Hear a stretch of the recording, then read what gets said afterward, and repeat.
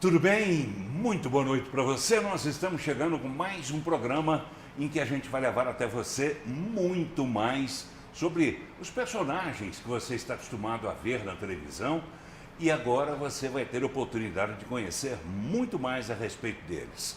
Geralmente são políticos, aqueles políticos que ocupam cargos importantes, que fazem muitas obras, que fazem um trabalho bastante reconhecido por parte da população, mas que chega uma hora como hoje, chegou a vez desse nosso convidado de contar um pouco mais sobre a própria vida dele. Ele já rodou o Brasil inteiro, ocupou cargos importantíssimos em Brasília, ocupou cargo importante em São Paulo e ocupou cargos importantes aqui também no estado de Goiás. Daqui a pouco a gente fala sobre esses cargos. Mas primeiro eu quero apresentar essa pessoa que vem para dizer por que agora ela resolveu ser candidata a senador pelo estado de Goiás. O que é que move esse desejo? O que é que tem por trás dessa vontade de ser senador pelo estado de Goiás? É uma das perguntas básicas, né, que eu vou fazer para o nosso convidado de hoje, que é o Alexandre Baldi, que é presidente do Partido Progressista. Tudo bem? Vou ter que tratá-lo como Alexandre, porque o senhor já se desincompatibilizou, não é isso? Exatamente, mano. Já se desincompatibilizou, ele é tímido, já deu para perceber. Mas aqui ele vai perder um pouco dessa timidez, porque aqui a gente está entre amigos e ele vai ficar muito à vontade para conversar com você e também comigo. Alexandre Baldi, boa noite. Bem, boa noite, Paulo, boa noite a todos que participam conosco. Uma alegria poder participar aqui. Eu costumo dizer que lhe ver pela TV era natural para mim, né? Te admirar pela televisão foi algo que foi natural por toda a minha vida. Agora, estar aqui com você, participando do teu programa, sendo entrevistado pela sua pessoa, é motivo de honra para mim. Tá bem, é motivo de honra para mim também. Muito obrigado, né, por todas essas palavras. Eu que estou acostumado a entrevistar a família de longa data, né? O papai Joel, né? O irmão Joel também, né? A mamãe eu acho que eu nunca entrevistei. Oi? Eulina, creio que não, ela é mais tímida. É mais tímida que o senhor ainda? Isso. É mesmo? Existe pessoas mais tímidas que o senhor? Ela é mais tímida, com certeza. Tá bem. A família inteira, né, já passou pelos nossos estúdios, já deu entrevista a um de nossos programas e você conheceu já bastante sobre ele. Chegou a vez hoje, então, de Alexandre Baldi. Você vai saber um pouco mais sobre o que ele já fez e muito sobre o que ele pretende fazer. Fique ligado, a gente volta rapidinho. Muito bem, já estamos voltando e o programa de hoje, você já viu na abertura, estamos recebendo o Alexandre Baldi, que já ocupou diversos cargos aqui em Goiás. Eu gostaria de relembrar, que o telespectador relembrasse, é o primeiro cargo político que o senhor assumiu aqui em Goiás, qual foi? Bem, Paulo, eu quando fui convidado para ser secretário de Indústria e Comércio do Estado de Goiás, pelo fato de ser industrial, de vir da iniciativa privada e trazer essa experiência do privado para o público em 2011. A Secretaria de Indústria e Comércio. Do Estado de Goiás. Em 2002. 2011 foi a primeira oportunidade no setor público. O senhor acha que demorou muito para chegar essa oportunidade? O pessoal demorou a descobrir o senhor, não? Paulo, eu creio que foi no momento certo, porque eu já estava com as minhas atividades, a minha empresa, a minha indústria já consolidada, certo? Com a minha vida também estável, equilibrada, ao qual eu já podia ir para a vida pública e poder contribuir com a minha experiência do que eu já tinha angariado no setor privado para que eu pudesse ajudar o setor público com mais experiência, apesar da pouca idade, eu tinha 30 anos de idade, mas assim como trazia do privado para o público uma forma de gestão e de governança que a gente tinha. E a partir daí foi uma espécie de alternância, né? Política, atividade empresarial, como é que foi essa história? Paulo, eu sempre fui muito focado. Para as pessoas que não me conhecem, eu sou empresário, continuo com a minha indústria, continuo com as minhas atividades, eu continuo com a minha vida privada andando em paralelo à minha vida pública. Portanto, eu não tenho na vida pública nenhuma perspectiva, né, de ganho, de rendimento, de absolutamente nada, porque eu tenho e mantenho as minhas atividades privadas, seja como industrial, seja como produtor rural. Então, isso é algo que me dá tranquilidade de poder focar nas minhas funções públicas para exercer bem feito. Porque eu tenho em mente que, para alguém fazer algo bem feito, ele tem que ser focado. Se eu tivesse que preocupar com a minha empresa, com a minha indústria, com as minhas atividades empreendedoras no setor privado, enquanto eu estou no setor público, eu não tenho como me dedicar integralmente para que eu possa ter sucesso no que eu esteja fazendo e cumprindo como a minha função pública. Deixa eu ver se eu entendi bem. Quer dizer, quando você está numa atividade pública, você não se importa com o rendimento da sua ocupação, com dinheiro, com salário, com nada? É mais ou menos isso? Paulo, desde que eu entrei, eu sempre abri mão doando tudo aquilo que é parte dos meus rendimentos, de salários, de proventos do setor público.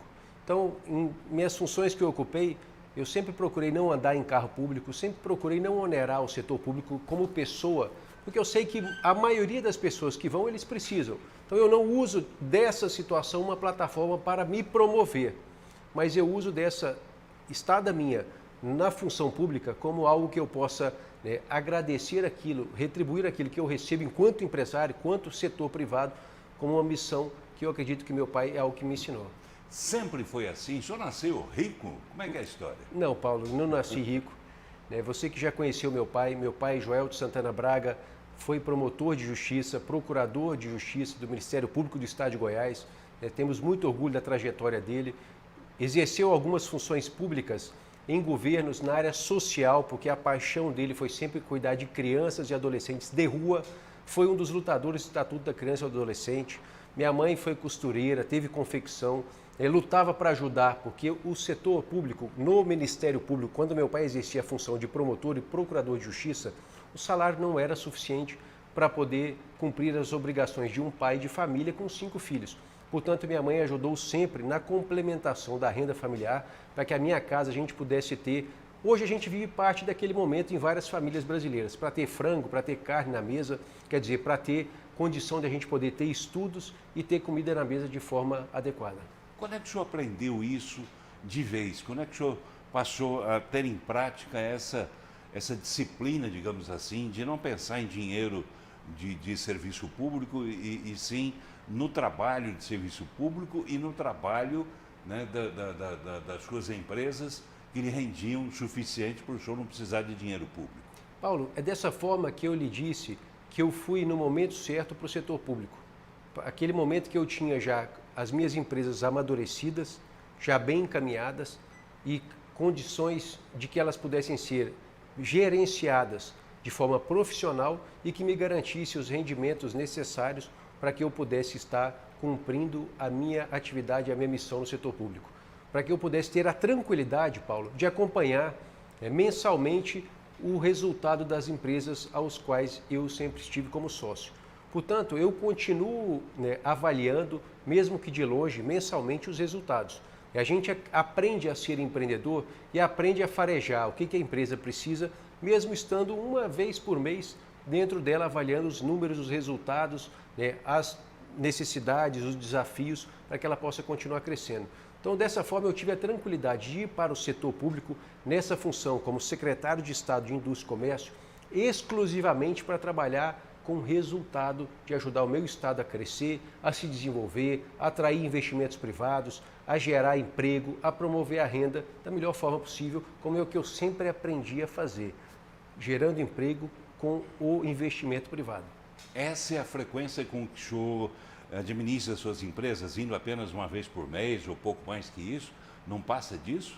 Hoje não passa disso, Paulo. A tecnologia ainda facilitou muito, porque os sistemas de governança nos permitem um acompanhamento e, sobretudo com a pandemia, isso foi muito avançado sobre os meios virtuais. Então, hoje você consegue ter na palma do seu telefone, no modo virtual, o acompanhamento diário das suas atividades, até no campo. Você consegue hoje saber o peso do seu rebanho de longa distância, com câmeras de acompanhamento, com sistemas de monitoramento, com pessoas competentes.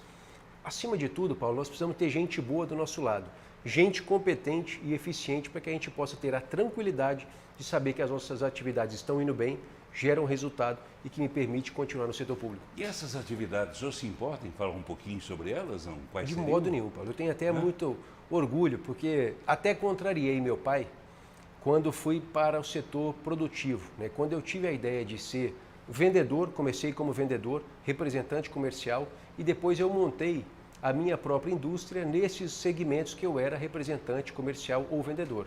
Então, eu montei as minhas empresas do zero, comecei com 2 funcionários em Anápolis e hoje, Paulo, com um trabalho muito grande, com uma dedicação muito intensa, eu saí lá, daquele momento de 2 funcionários, hoje eu sou o maior do meu segmento, que é a fabricação de embalagens para a indústria farmacêutica do Brasil, aqui, no estado de Goiás, na cidade de Anápolis.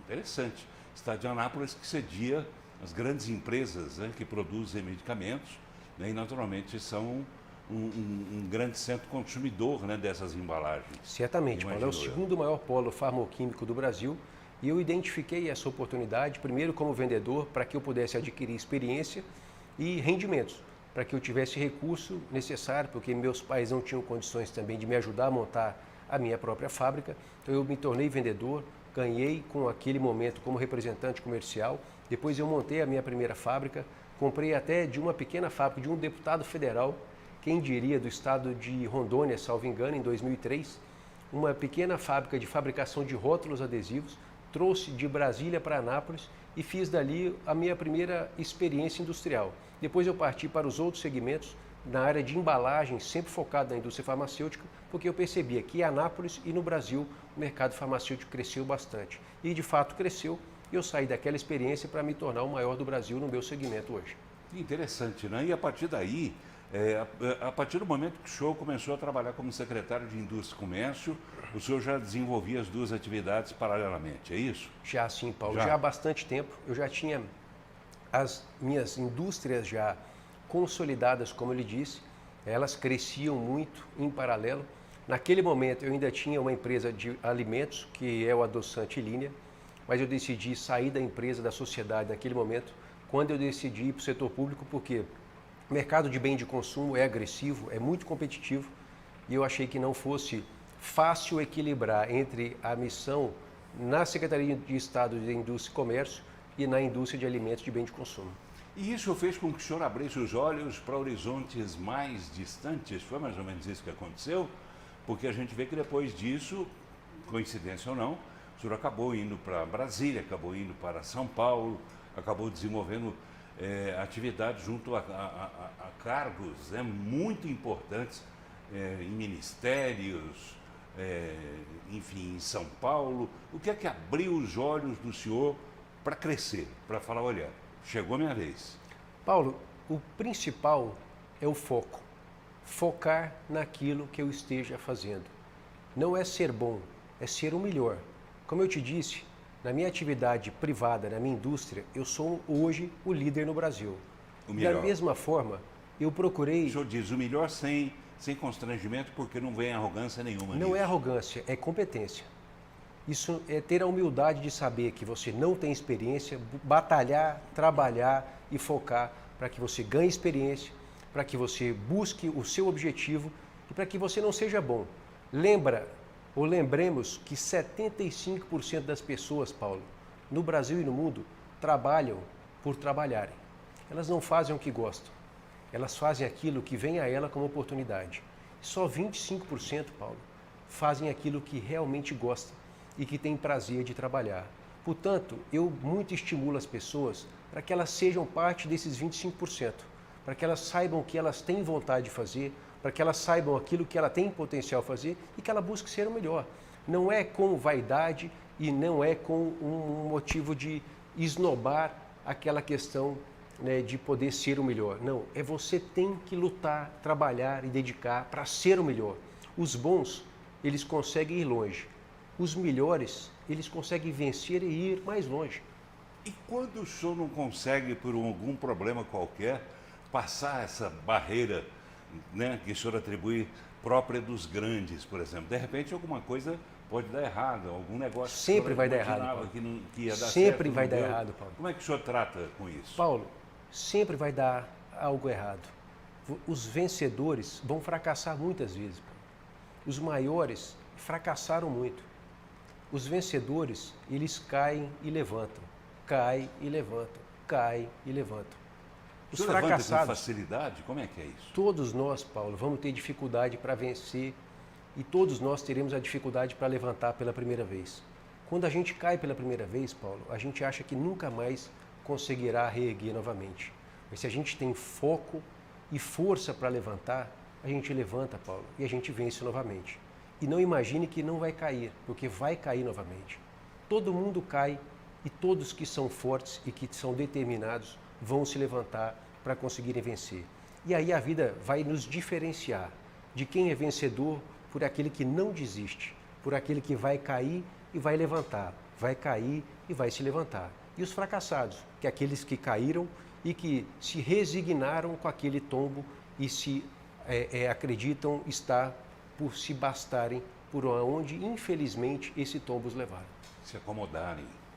Se acomodarem, se não serem resilientes, não serem perseverantes e não acreditar na sua força própria e do meio que eles vivem. A vida vai te derrubar.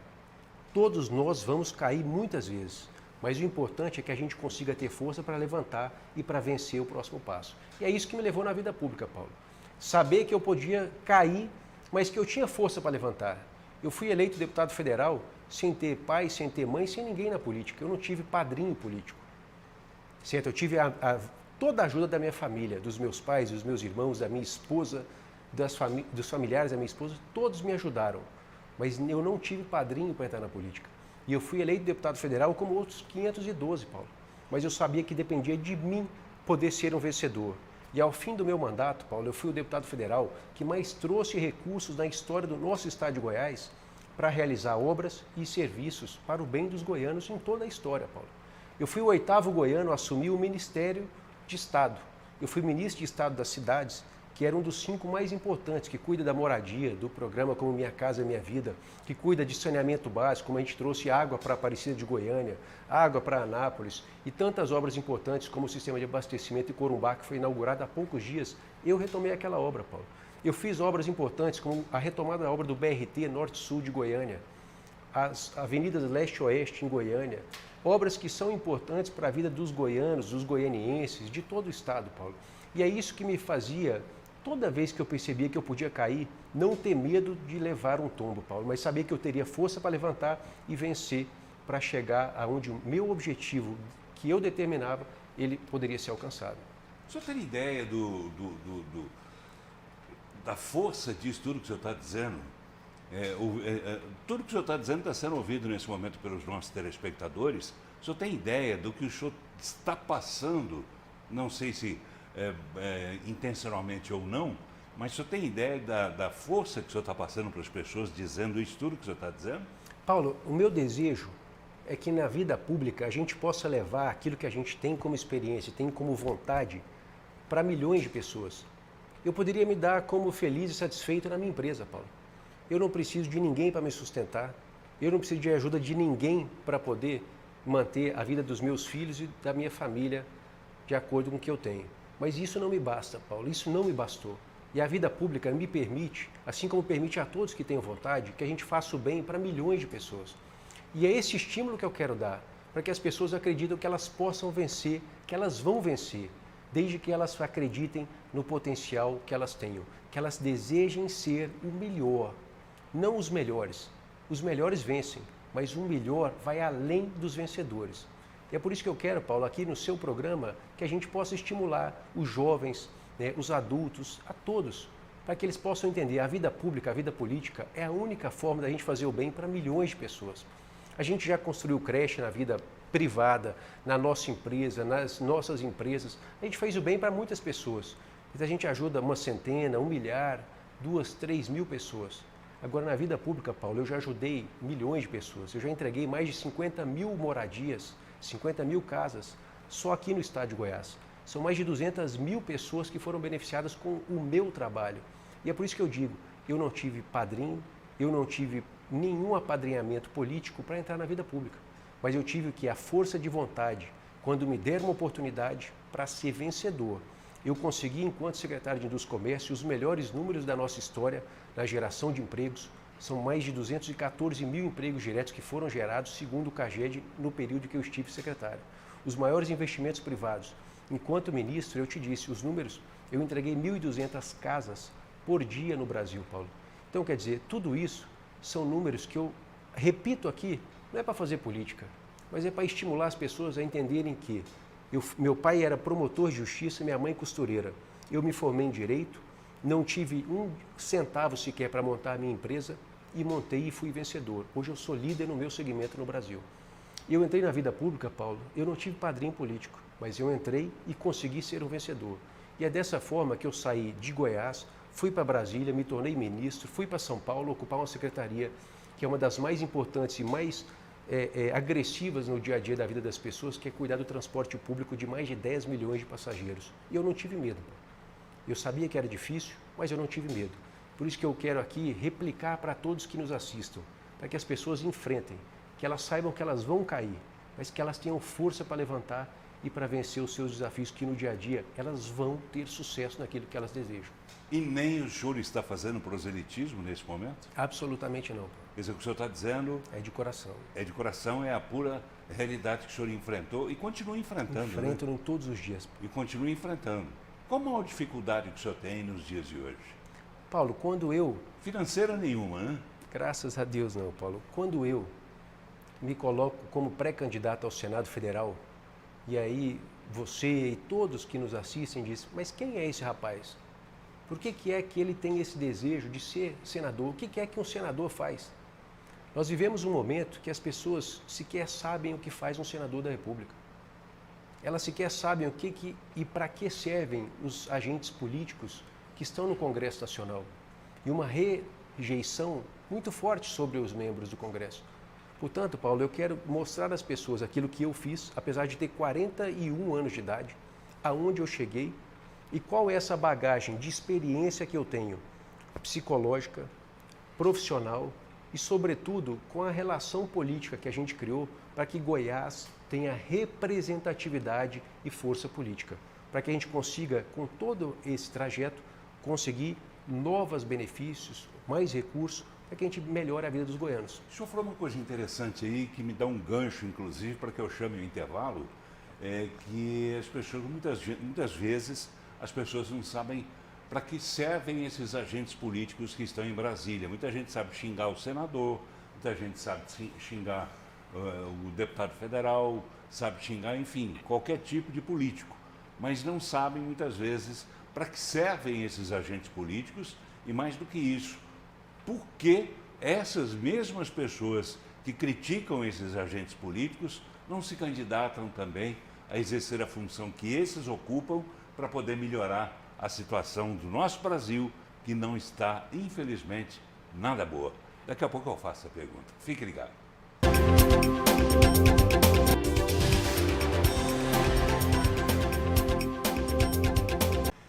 Muito bem, já estamos voltando e o programa de hoje recebendo Alexandre Baldi.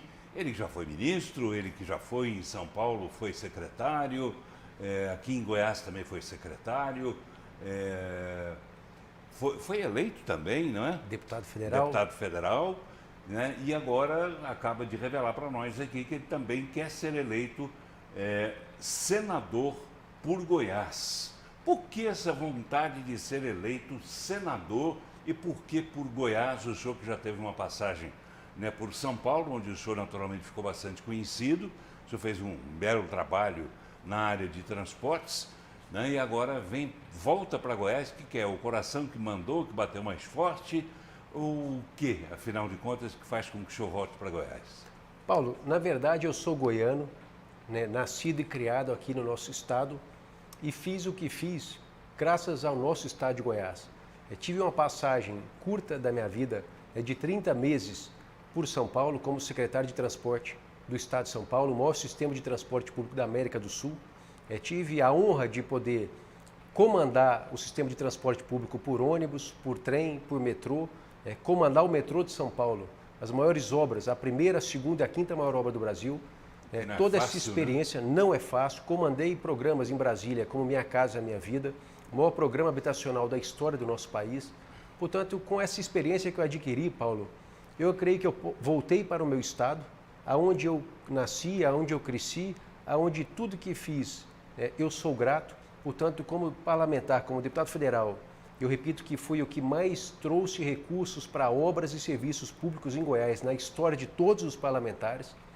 E que eu tenho, então, a visão de que, pré-candidato ao Senado Federal, Paulo, para trazer força e representatividade. Aí as pessoas perguntam, mas o que é essa força? O que é essa representatividade política? Paulo, na vida das pessoas, o congressista, seja o deputado federal ou o senador, ele tem duas formas de mudar a vida de cada um dos mais de 7 milhões de goianos. Ou pelas leis, fazendo ou sendo relator de bons projetos de leis, e eu fui relator, Paulo, de mais de 20 projetos de leis na Câmara Federal, como repatriação, como convalidação de incentivos fiscais, que ajudou a assegurar as indústrias que vieram para Goiás, como Mitsubishi, como Caoa e como outras várias, mas também, Paulo, com recursos, como eu fiz e como eu disse, o maior parlamentar que trouxe recursos para Goiás. E como senador, Paulo, um congressista tem condição, pelo número menor de 81 senadores, ter uma força ainda ampliada, a sua capacidade de musculatura amplificada. E é dessa forma que eu aprendi o que aprendi, consegui fazer o que fiz, com essa experiência adquirida, seja no executivo, seja no legislativo, para que eu possa buscar mostrar para os goianos e goianas que, pré-candidato ao Senado e sendo um senador da República, eu vou trazer para Goiás o protagonismo, a força política que vai resultar em quê? Em obras, em serviços, em leis que vão aqui ajudar o nosso Estado e a vida desses mais de 7 milhões de goianos. O senhor já sofreu nesse processo agora de decisão de ser senador, pelo menos de ser candidato a senador pelo Estado de Goiás? Nesse momento todos são pré-candidatos. O senhor já sentiu o baque de uma queda? Porque o senhor vai enfrentar pela frente, lógico, pela frente, muitos adversários que também têm a mesma pretensão sua. Tem muitos candidatos, inclusive da base, pela qual o senhor pretende disputar essa eleição, que não vão deixar essa vitória sua fácil, tanto dentro da base, quanto depois junto aos eleitores. Como é que tem sido encarar essa situação, tanto internamente dentro de casa, quanto já se preparando para vencer uma eleição, o que não deve ser fácil? Paulo, eu enfrento com a mesma resiliência e com a mesma força que eu enfrentei todos os desafios da minha vida. Eu disse aqui a você e aos que participam conosco do teu programa e repito, eu fui para ser industrial do nada, com 2 funcionários e hoje eu sou o maior do meu segmento no Brasil. Eu fui para a vida pública e fui candidato a deputado federal e eleito sem apoio, sem apadrinhamento político nenhum. Eu não pertenço a grupo político algum, e eu não tenho o rabo preso, desculpa a forma de dizer, com nenhum outro político. Portanto, eu tenho a força do meu trabalho e aqueles que acreditam na minha capacidade de realização e que me acompanham para que a gente consiga juntos fazer a diferença. E é dessa forma que eu já passei por muitos desafios nessa pré-campanha. Quantos que não acreditam e que não acreditavam na minha pré-candidatura? Quantos que alegam que os adversários que eu vou enfrentar são mais competitivos do que eu? E eu, Paulo, enfrento com a mesma força de vontade. Eu vou mostrar a cada um dos mais de 7 milhões de goianos e goianas que eu tenho mais preparo, que eu tenho mais experiência, que eu tenho mais equilíbrio, que eu tenho mais competência, que eu tenho mais capacidade de ser um representante à altura do nosso Estado e do nosso povo, que todos eles que estejam na base do governador Ronaldo Caiado ou que estejam na oposição, com a minha pouca idade, com a minha força de vontade de fazer as coisas serem de fato transformadoras para a nossa população. Pois é, como é que vai ser isso? Eu gostaria que o senhor falasse um pouco sobre essa pretensão sua e também sobre os adversários que o senhor vai ter pela frente. Adversários dentro do partido, ou se não dentro do partido, pelo menos dentro da base do governador Ronaldo Caiado, o que não deve ser fácil, convenhamos, até porque o senhor próprio disse que não tem grupo político. Como é que é enfrentar e ganhar de pessoas que têm grupo político, que tem muita gente apoiando, que tem prefeitos, que tem deputados, que tem, enfim, muitos políticos apoiando? Como é que o senhor pretende ganhar essa história? Paulo, na verdade, eu venho construindo um grupo político que eu não posso dizer que seja meu, mas é que de um grupo de pessoas que querem fazer a diferença na vida de milhões de pessoas. Então nós temos hoje, Paulo, dezenas de prefeitos e prefeitas que apoiam a nossa pré-candidatura. A cada dia, a cada semana, nós temos conquistado a força e a adesão de outros prefeitos e prefeitas. Na semana passada eu estive... Desculpe, o senhor fala em dezenas de prefeitos? O senhor poderia dizer o número exato? Não são tantos assim, não. Paulo, eu acredito que hoje são mais de 60 prefeitos e prefeitas que apoiam a minha pré-candidatura ao Senado Federal. Chega isso tudo? Ultrapassa esse número, Paulo. O nosso Partido Progressistas tem 32 prefeitos e prefeitas. Nós temos 31 vice-prefeitos e vice-prefeitas. Um dos mais importantes é o prefeito de Anápolis, Roberto Naves, que ajuda a coordenar a nossa pré-campanha. E outros vários, como eu estava dizendo, que na semana passada, por exemplo, eu tive em Catalão. E eu tive o prefeito Adib Elias demonstrando toda clareza o apoio à nossa pré-candidatura ao Senado Federal. E a todos aqueles que sabem como eu fiz uma obra importante para Catalão, que foi a canalização do Ribeirão Pirapitinga na sua primeira fase, ajudando o prefeito Adib Elias, sabem da nossa capacidade de trabalho e da nossa motivação com a nossa força e a nossa energia para que a gente consiga trazer ainda muito mais. E é nesse sentido, Paulo, que eu venho a buscar esse apoiamento político entre prefeitos e prefeitas, vereadores e vereadoras, lideranças políticas em todos os 246 municípios de Goiás e vencer, seja na base do governador Ronaldo Caiado, que o nosso partido definiu por apoiar, ou seja, com os adversários que estejam na oposição à nossa base, seja do PT, seja de outros partidos que nós vamos enfrentar com toda humildade, mas com toda vontade de mostrar para os goianos que nós somos melhores para poder cuidar da vida deles. O senhor vai enfrentar os possíveis candidatos da base do governador Ronaldo Caiado, ou o senhor se dispõe, inclusive, a disputar caso não haja uma decisão, uma convergência. Uma convergência, obrigado, entre eles. Quer dizer, o senhor está disposto a disputar essa vaga, ainda que seja por uma candidatura avulsa, seria isso? Paulo, eu já me coloquei como pré-candidato com apoio unânime dentro do meu partido. Dentro dessa base que é ampliada ao nosso partido, mas outros partidos de líderes, prefeitos, vice-prefeitos, prefeitas que nos apoiam.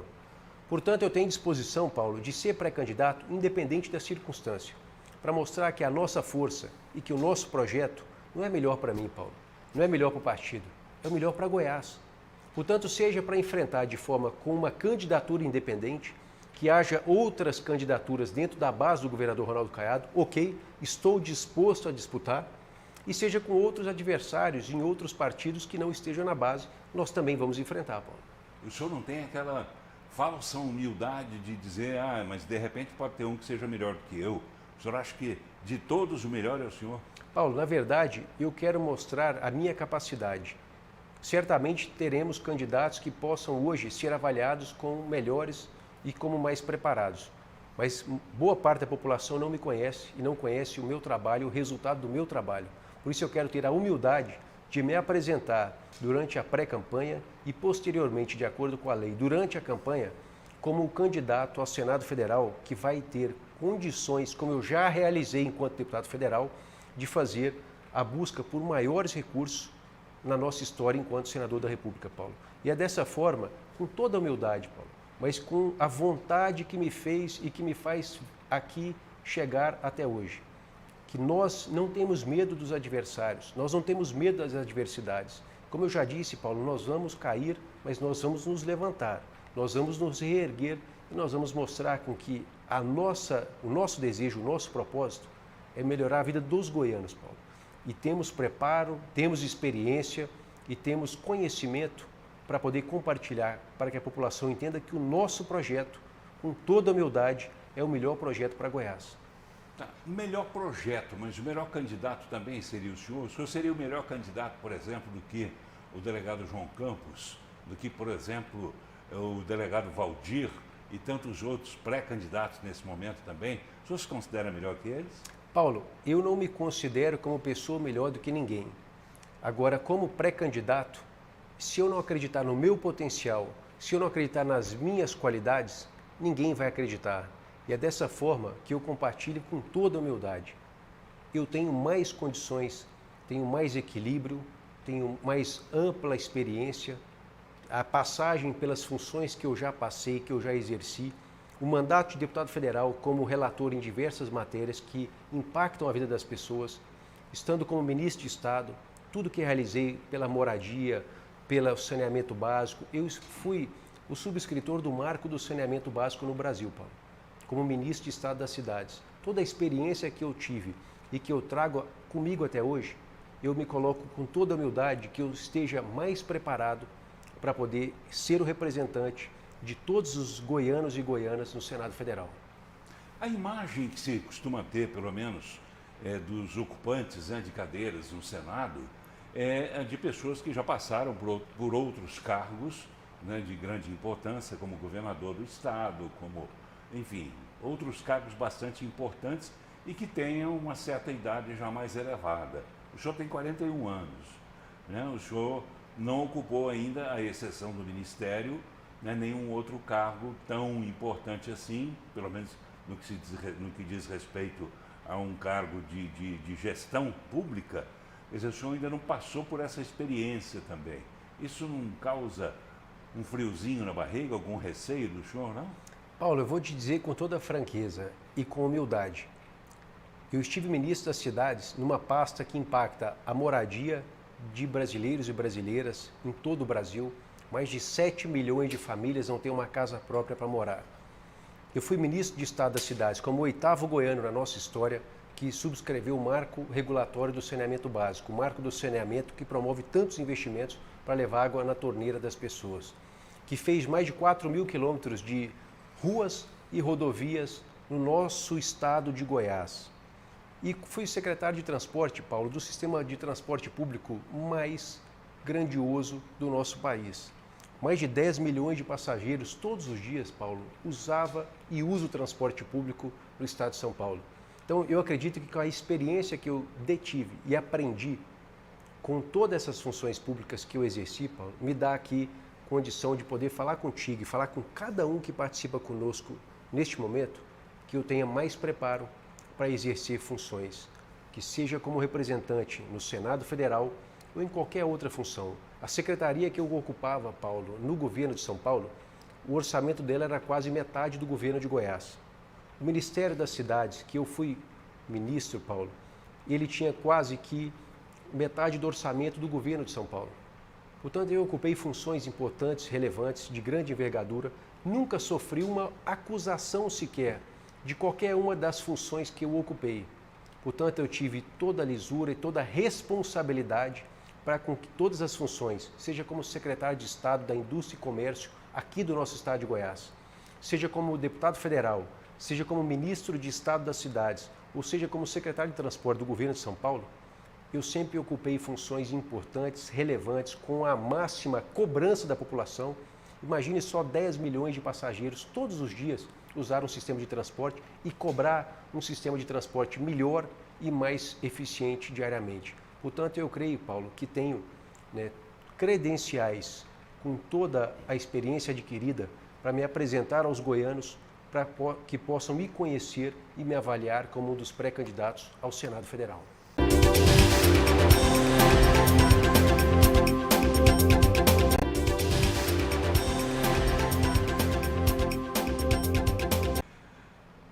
Muito bem, já estamos voltando e o programa de hoje recebendo Alexandre Baldi, ele que é presidente estadual do PP.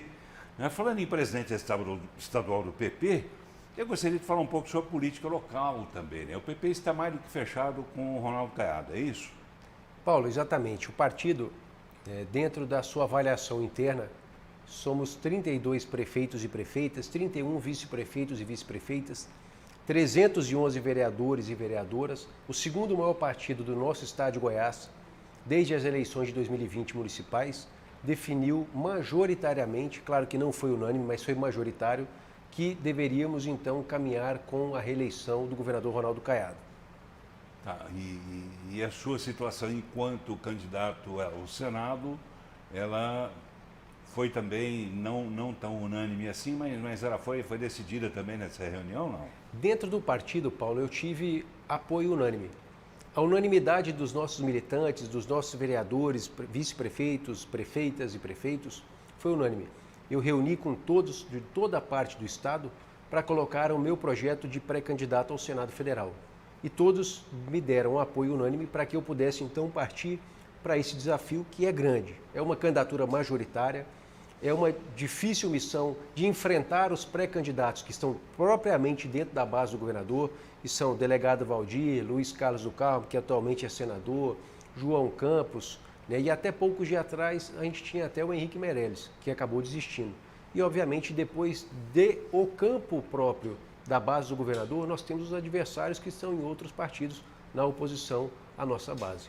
Tá, e em relação à política nacional, eu gostaria de ouvir a sua opinião sobre o que é que o senhor pensa em relação a essa disputa que se convencionou colocar como uma disputa entre PT e o partido do presidente Bolsonaro, mas que vai além disso, vai muito além disso. Como é que o senhor vê? Existe uma possibilidade de uma terceira via que tinha inclusive um jantar, né, que estaria marcado para hoje, lá no Palácio, lá em São Paulo, do seu ex-chefe, né, o Dória, né, que acabou sendo cancelada. Essa reunião acabou sendo cancelada, quer dizer, não vai ter, ou seja, a terceira via está cada vez mais distante da realidade. Como é que o senhor vê? Terceira via, teremos uma terceira via viável? Como é que o senhor vê a política no Brasil? Paulo, eu acredito que é muito difícil nós termos uma terceira via. Se nós relembrarmos a eleição de 2018, a vitória de Jair Bolsonaro, ela já é fruto de uma candidatura alternativa aos dois elos de poder que militou por muitos anos, PSDB e PT. A eleição daquele momento entre Fernando Haddad e Geraldo Alckmin, duas figuras proeminentes dessa polarização, gerou o desencadeamento da eleição e a vitória de Jair Bolsonaro, que era já a terceira via, uma via alternativa a esse processo de polarização. Então é muito recente o sentimento do brasileiro em se aventurar por uma nova via.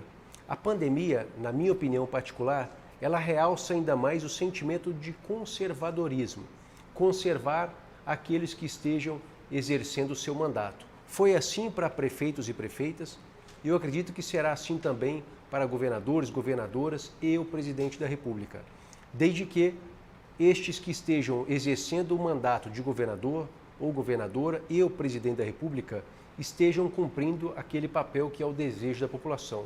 Uma eleição a presidente, Paulo, o principal debate é a economia, é o que a pessoa consegue colocar na mesa para a alimentação da sua família, geração de emprego, a distribuição de renda e colocar o símbolo de colocar a comida na mesa. Portanto, Paulo, o presidente Jair Bolsonaro tem feito um trabalho na retomada econômica pós o momento trágico da pandemia Covid-19, que vem satisfazendo os brasileiros e brasileiras. E ele vem recuperando o número nas pesquisas eleitorais. E nesse aspecto, quando a gente avalia a sua oposição, que é o candidato do PT, Lula, as pessoas têm saudade daquele momento em que o Lula foi o presidente. Mas elas não enxergam que o Lula é o Lula do PT, é o Lula do Zé Dirceu, é o Lula do Movimento Sem Terra, é o Lula da Gleisi Hoffmann, é o Lula do Zé Genuíno, é o Lula do Mensalão, é o Lula do Petrolão. Elas não enxergam esse quadro geral, até porque o próprio Lula ele está submerso. Ele não participa de evento algum de nível nacional. Não pode ir às ruas, né? Ele não tem frequentado locais públicos. Portanto, nesse aspecto, Paulo, quando você avalia uma pesquisa como a que foi há poucos dias divulgada do IPESP, e você percebe que 67% dos brasileiros e brasileiras dessa pesquisa definiram o seu candidato a presidente, aonde o Lula tem 36% e o Bolsonaro 30%, de modo espontâneo, eu acredito que esteja cristalizada a polarização entre os dois candidatos e que não há espaço para uma terceira via. Nesses 33%, 34% de brasileiros e brasileiras que remanescem para escolher uma terceira via, é impossível em uma divisão de Ciro Gomes, João Dória, Simone Tebet, Sérgio Moro e outros candidatos que hajam espaço para que eles possam avançar a ponto de serem competitivos. E quanto mais próximo da eleição vai se chegando, mais as pessoas que sejam de centro-direita, elas têm medo e receio de perder o seu voto e de dar a vitória ao candidato de centro-esquerda ou esquerda. E mais aquelas que não forem, então, opinando pela eleição e pelo candidato Jair Bolsonaro, elas deixarão os seus candidatos, que sejam esses que buscam a terceira via, para buscar o candidato que esteja mais competitivo para vencer a eleição contra o PT. E da mesma forma da esquerda. Então, a tendência é que essa polarização, que já está muito cristalizada, é que ela se acentue quando, de fato, a eleição ser iniciada. O senhor arrisca um palpite? Paulo, eu acredito que o presidente Bolsonaro, ele chega no primeiro turno vencendo a eleição e vá para o segundo turno com uma margem de vitória bem expressiva. Então, ele, na sua opinião, ele tem tudo para ganhar essa eleição mais uma vez. E eu acredito que o Jair Bolsonaro vencerá as eleições de 2022. O senhor acredita nessas pesquisas? Eu pergunto que o senhor citou uma delas aí, e teve outra que foi publicada, me parece que ontem, que mostra mais uma vez a redução no índice, na diferença do índice de intenção de votos, né, de Lula para Bolsonaro. Quer dizer, Bolsonaro está subindo e Lula caindo. É o que tem demonstrado, pelo menos, as últimas pesquisas. O senhor acredita naquelas pesquisas que dão Lula com 40 e tantos %, Bolsonaro com 20, quando muito? Paulo, eu acredito que as pesquisas são balizadoras. Elas são orientativas para o quadro eleitoral. E quando se fala em terceira via, com um quadro de uma pesquisa que possui quase 70% de brasileiros com seu voto definido, que são aqueles que não têm um segundo candidato, que não têm segunda opção de votação. Portanto, eles estão cristalizados entre Lula e Bolsonaro. É uma pesquisa que baliza fortemente a vertente que não há chance para uma terceira via. Vamos trazer essa discussão aqui para Goiás. Nós temos 2 minutinhos apenas, claro, mas eu quero ouvir o senhor sobre a expectativa que o senhor tem sobre a eleição para governador do estado de Goiás. Qual é? Paulo, eu acredito também da mesma forma que o goiano é conservador, é mais pretenso à reeleição do candidato. O governador Ronaldo Caiado realiza um bom governo, realiza um governo que, realçado pelo sentimento pós-pandemia do conservadorismo, ele deverá sim vencer as eleições de 2022. Tá. E quem pode ser a tal da terceira via aqui em Goiás? Gustavo Mendanha poderia ser essa terceira via ou deixa eu ver que não? Paulo, vai depender muito de quem serão os candidatos. As pré-candidaturas hoje que já estão colocadas como dispostos a estarem na eleição é o ex-prefeito de Aparecida, Gustavo Mendanha, é o deputado federal Vitor Hugo e a probabilidade do ex-governador Marconi Perillo. Portanto, se o ex-governador for candidato, ele tende a polarizar com o governador Ronaldo Caiado, pela estatura política que ambos ocuparam ou ocupam no quadro político eleitoral. Agora, não havendo essa disposição do ex-governador, eu acredito que ele perde o seu grupo político e certamente a polarização ocorrerá entre o ex-prefeito de Aparecida e o governador Ronaldo Caiado para uma ainda mais tranquila reeleição do governador Ronaldo Caiado. Tá bem, estamos chegando ao final, né, da entrevista. Espero que você tenha gostado, eu tenho certeza que sim, e você conhecer um pouco mais sobre Alexandre Baldi, ele que é presidente estadual do Eu vou aprender ainda, progressistas ou progressistas? Progressistas. Progressistas, do Partido Progressistas, né, que também é conhecido ainda popularmente como PP, não é isso? Exatamente, Como Paulo. PP. Presidente, foi um prazer muito grande recebê-lo mais uma vez aqui no programa, aqui em casa, né, num bate-papo absolutamente descontraído.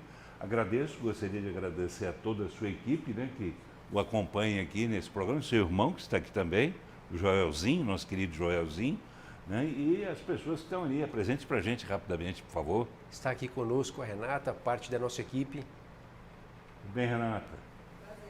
Prazer, viu? Obrigado. E está aí também? Tem mais alguém ali? Não, aqui só estão conosco o Joelzinho e a Renata. Tá bem, da equipe do presidente, apenas essas pessoas.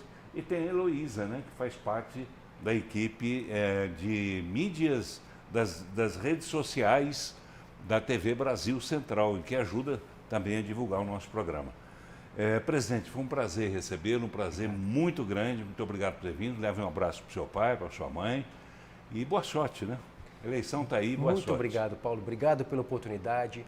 Levarei o seu abraço aos meus pais, Joel, minha mãe, Olina, a toda a minha família. Obrigado mais uma vez. A minha admiração pela sua pessoa, como eu disse aqui, repito, é enorme. Ser seu entrevistado é motivo e questão de honra para mim.